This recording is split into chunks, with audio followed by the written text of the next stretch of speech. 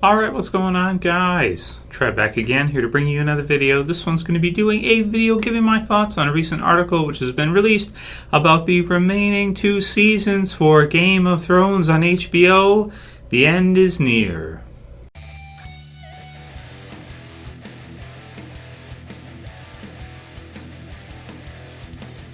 Great, and we'll do some Q&A questions after. Spoiler warning if you're not caught up to the end of Game of Thrones Season 6, the finale. So this has been something that's been circulating online for a little while, and that is that there are looking to be about 13 episodes left of the series after the Season 6 finale. So I want to thank Mr. Detached Observer who sent me this article from The Independent. So I'll put the link in the description to theindependent.co.uk. And it's the title of the article is Game of Thrones showrunners confirm just 13 episodes left after season 6 finale. David Benioff and D.B. Weiss are hurtling towards the end game. So it's a pretty cool article, and it's got some details about what's happening with the show. It was an interview with Deadline, and heading into its final lap, it says it's 2 more seasons we're talking about from pretty close to the beginning. We talked about doing this in 70 to 75 hours, and that's what we'll end up with. Call it 73 for now, Benioff said, explaining that it's not just the fear of outstaying the show's welcome that means the end is nigh. The showrunners have a quote-unquote cohesive story in mind with a beginning, a middle, and an end. We've known the end for quite some time, and we're hurtling towards it, he said. Daenerys is finally coming back to Westeros, Jon Snow is king of the north, and Cersei is sitting on the Iron Throne, and we know the Night King is up there, waiting for all of them. The pieces are on the board now. Some of the pieces have been removed from the board, and we are heading toward the end game. So this is kind of a crazy one, and I would definitely say everybody who likes Game of Thrones should probably at least read through it, or watching this video is fine. Because we're going to go over it now. So it looks like, there's good and bad with this, right? Is that when they initially, it sounds like from the beginning, they had an idea that this is about how long the story can go. It's probably going to be about 73 hours. And if we try to stretch it longer than that, it's going to go too long, and it's not going to be told the way we want to tell it. It'll be too many seasons, or it just won't feel right. So this is kind of what we're looking at for the show and for the length of the series in terms of quality, because they may not want to stretch it out forever and have too many events delayed. I will say the last 2 seasons I've been very surprised by with regards to pacing. The pacing of the show has been totally different from earlier on. Like earlier on, you would have Tyrion, who he'd be traveling, you maybe Kat, she takes him captive, and they travel for a while, and there's lots of scenes with him just walking, and then walking, traveling, and some funny parts and things like that, some jokes on the way and everything. Later on in the series, a similar type of situation comes about where he is taken by Jorah, and in the books, that sequence goes through for a very long time. There's all kinds of things that happen as part of it, and it's very long when I read it. When they translated that to the TV series, I figured it'd be at least a season of Tyrion, and season probably around season 5. After season 4, of course, when you have the children and all that. Season 5, that he'd be traveling most of the way through the entire thing, and then maybe in season 6 or season 7 he would meet Daenerys, or they'd do something like that. And similar could be said for Arya. It seemed like for a while there, Arya was almost never going to return to Westeros. She was never going to be in our core story again. But all of a sudden, these last 2 seasons, the pacing is just sped up like crazy. Instead of seeing characters traveling and having some storylines that are very long-running, it's almost become more like a movie where a lot of the events are resolved very quickly. You have Jaime against the Blackfish, which is resolved in an episode or 2, which is crazy because from the storyline from the books as well, that seems like something they could stretch out for a whole season or something. And likewise with the finale for season 6, they killed off so many characters, they ended things very quickly that they could have stretched out for a ways. Now it led to it being an incredibly intense finale, and in terms of quality, just some of the best stuff I've ever seen. Probably 2 of the best episodes ever made for a TV series, because all the build up and everything. So I'm definitely not complaining about it. But it's kind of a question of, do you want them to draw out the story and have it be more seasons, but slower and not as good a quality? Or do you want to see something that is very special and that has an amazing story that doesn't go on forever, but at the same time has replay value that you could watch it again and be like, wow, this really is like probably the best TV series ever made? So that's a good question. It's kind of quality versus quantity, I almost want to say, with regards to this one.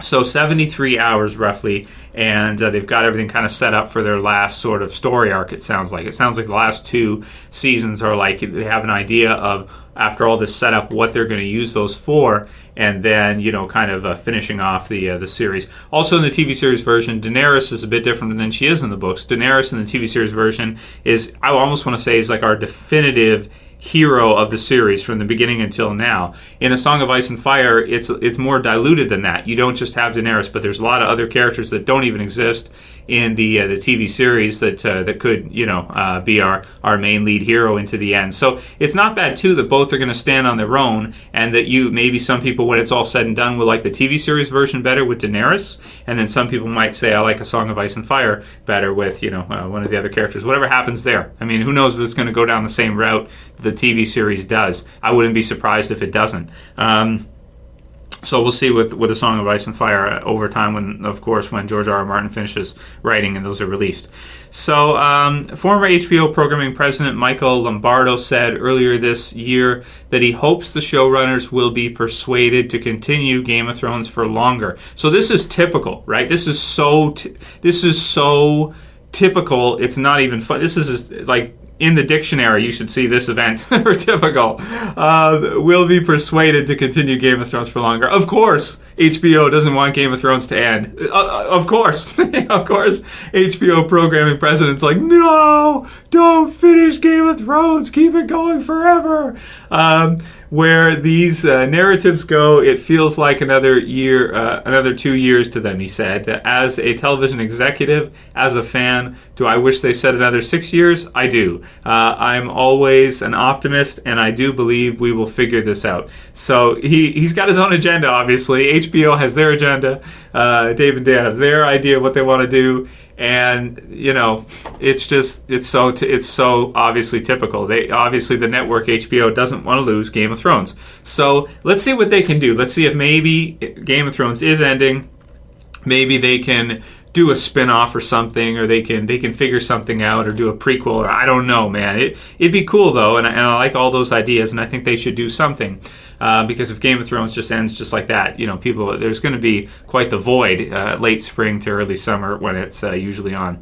Lombardo's optimism is looking increasingly misplaced, with Benioff insisting that they are definitely heading into an endgame. You can tell from the story, right? You can tell, like, you just watch it.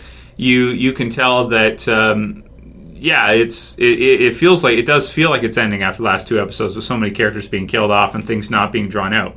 We wanted it to be one giant story without padding it out to add an extra 10 hours or because people are still watching it, he said. We wanted to do something where if people watched it end to end, it would make sense as one continuous story. And that's all about quality there. That's why it'll probably go down as one of the best series ever, for sure.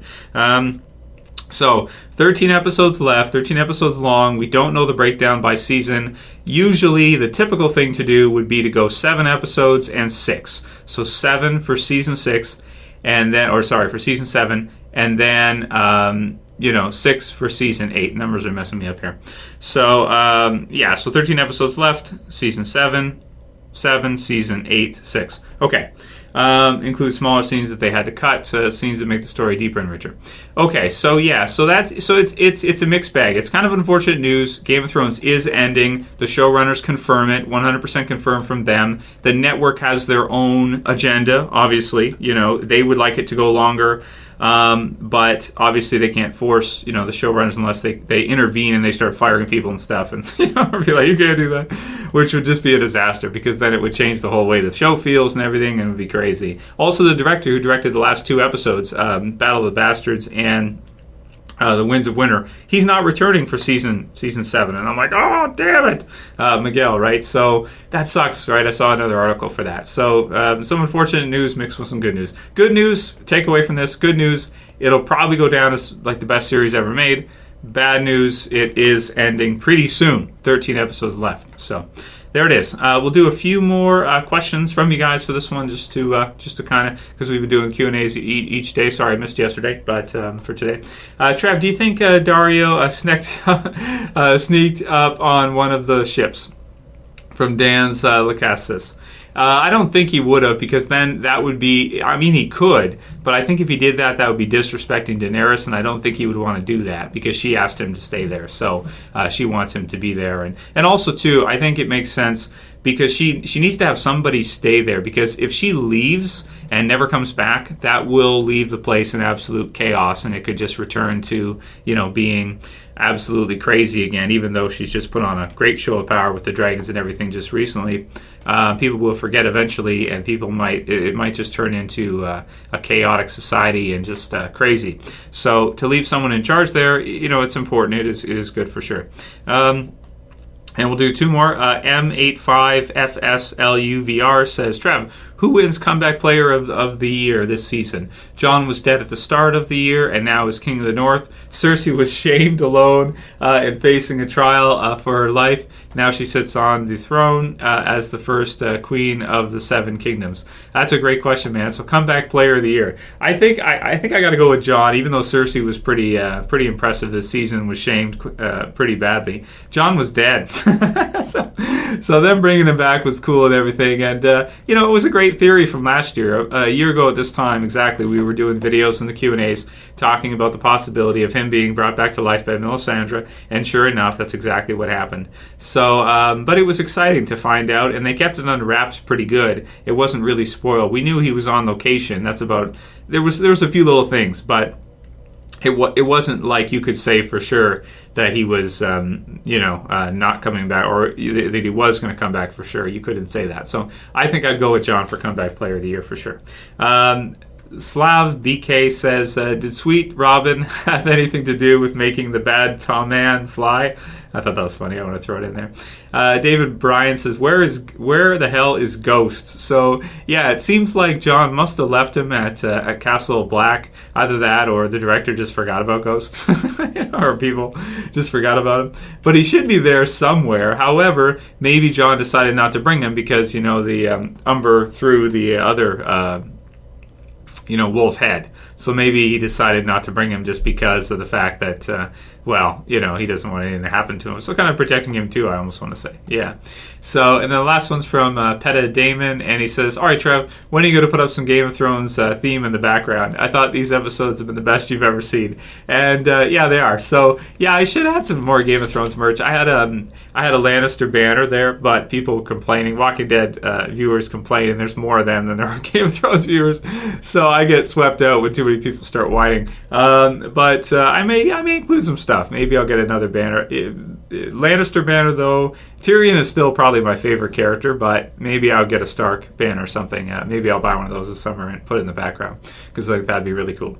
So, that'll be it for today's Q&A, guys. So let me know what you think about the ending of the series, Game of Thrones ending after 13 episodes, confirmed by the showrunners, debated by the network. And write your comments below for that. If you like the video, don't forget to thumb it up below. Please share and favorite. And if you're new and you want to subscribe, bottom left to subscribe. That's it for this video today, guys. We'll see you again real soon for another. Send me more questions for the Q&As. Got lots left coming this week.